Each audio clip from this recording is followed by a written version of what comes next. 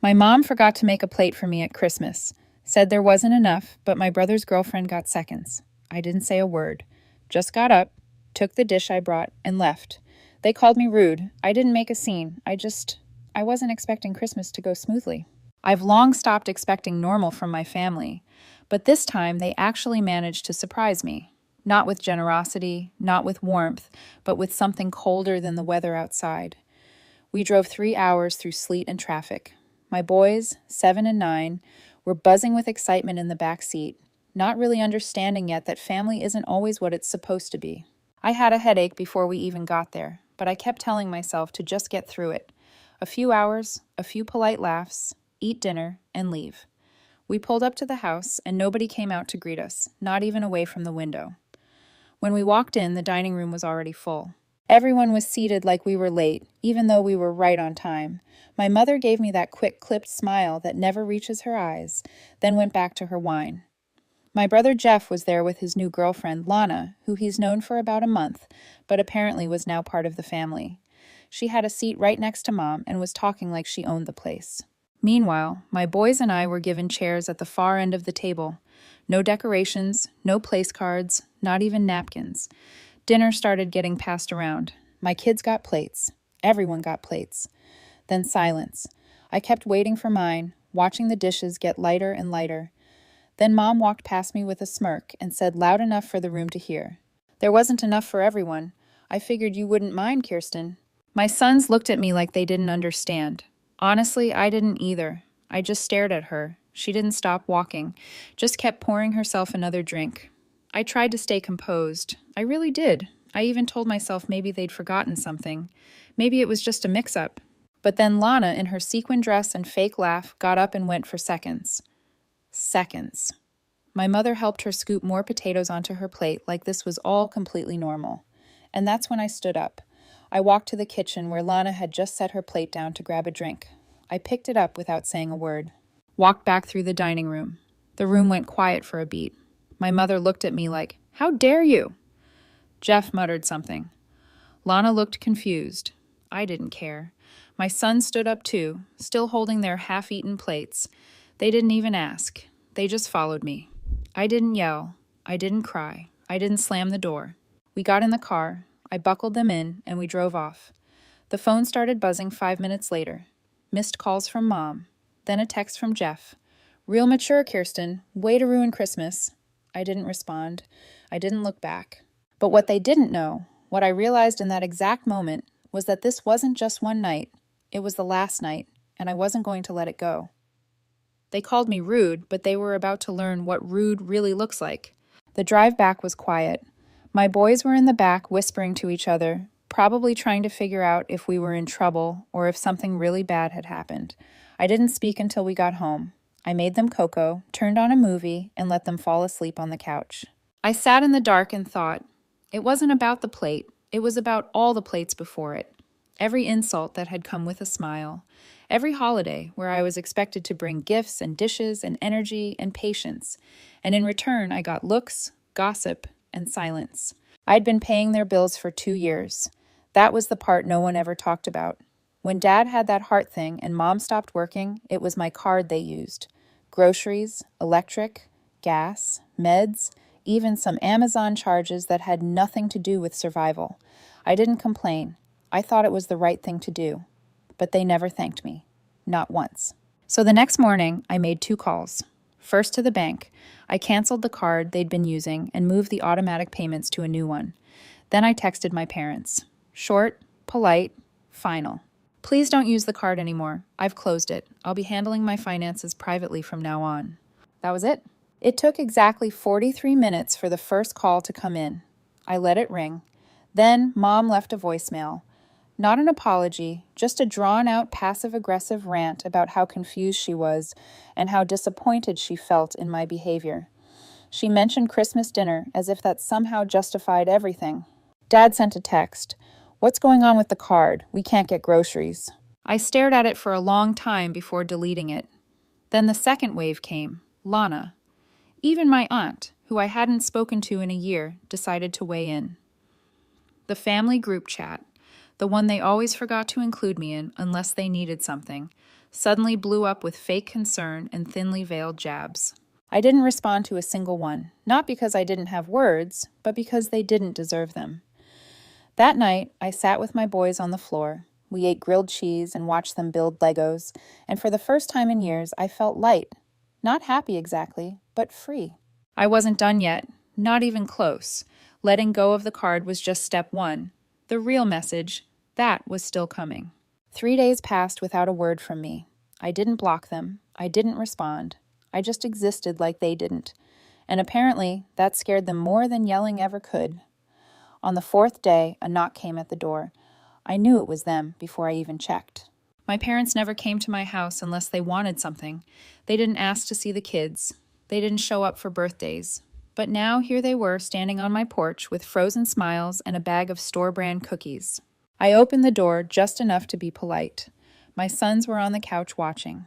I didn't want them to hear any of this, but I also wasn't going to hide anymore. Mom started talking first, in that tone she uses when she wants to sound like everything's fine. She said they were worried about me, that they didn't understand what had happened, that I must be going through something. I told her she was right. I was going through something. Clarity. Dad stepped in, tried to act like this was just a miscommunication, said the plate thing was an accident, that they thought I had already eaten. I reminded him I drove 3 hours with 2 kids to be there and didn't even get a seat at the table. He didn't have a response. Then Mom said something that made it all snap into place. She said, "We just thought you could handle it. You've always been the strong one." That was their excuse. That was their story. I was strong, so I didn't need kindness. I didn't need food. I didn't need a single ounce of decency. And somehow, in their minds, that justified everything. I told them I was done. Not just with the money, with all of it. I wasn't playing the role anymore. Not the generous daughter, not the silent scapegoat, not the emotional punching bag who kept showing up out of obligation. I told them they weren't welcome here and that I didn't want them around my sons until they learned how to respect their own daughter. They didn't yell, they didn't cry, they just stood there stunned. I closed the door. That night I expected to feel worse, but instead I slept better than I had in years. The next morning I found an envelope taped to my front door. No stamp, no name. Inside was a handwritten letter from my mother. 4 pages, front and back. Rambling, manipulative, sprinkled with half apologies and veiled guilt. She even mentioned how much they needed help right now and how hard things were since I cut them off. I didn't finish it. I ripped it in half and dropped it in the trash. But the pressure wasn't over. It was only getting started. Because PEs. The first few days after I shut them out, it was just quiet. No calls, no texts, just this thick, unnatural silence that felt more like a setup than peace. I didn't trust it. My parents weren't the kind of people to let something go. Not when it bruised their pride. They only got quiet when they were scheming. I tried to focus on normal life. I took the boys sledding, cooked meals, cleaned out the garage, tried to shake off the heaviness. And then, just when I started to believe maybe they were actually done trying, it happened. It was a Thursday afternoon. I picked up my sons from school like always. My youngest ran to me chatting about some art project, but my oldest, the quieter one, handed me a folded note. I asked who gave it to him. He said a lady, not a teacher, just a lady who said she was a friend of Grandma's. The paper was a mess, like someone had crumpled it and decided last minute to smooth it out. Inside, no greeting, no signature, just a printed screenshot of my bank statement from 2 months ago. My personal account, the one they used to have access to.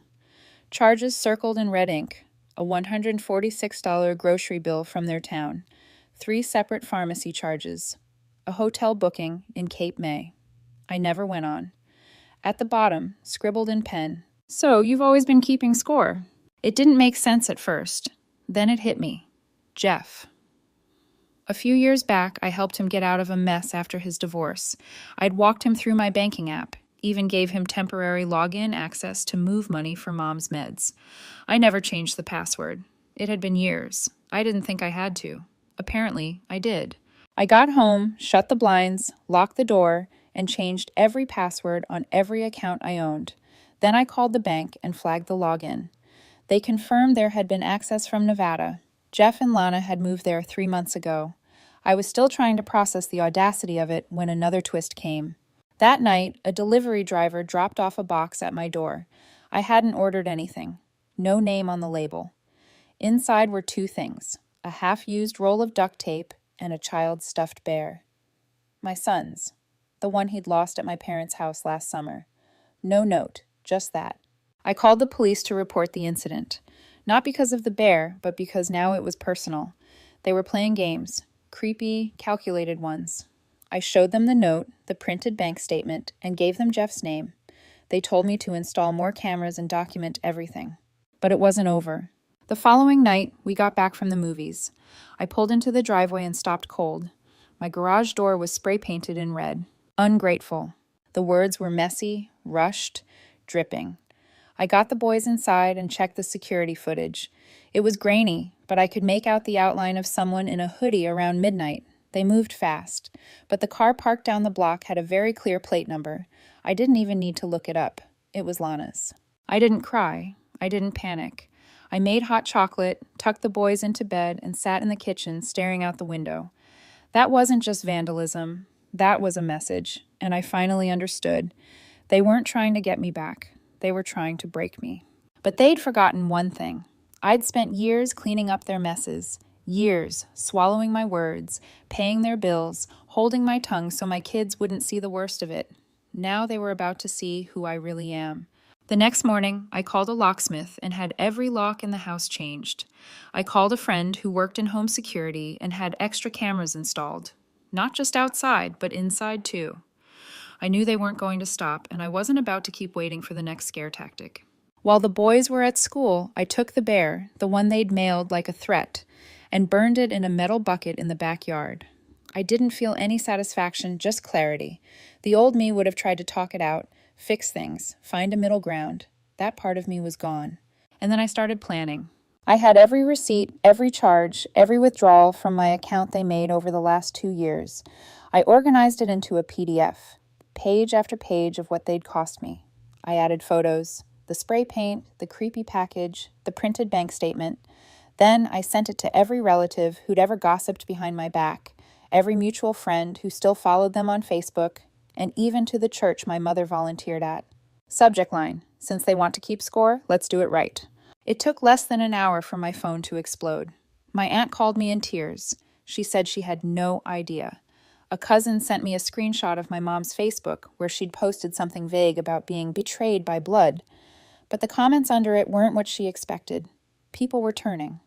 The truth was out. But I wasn't finished.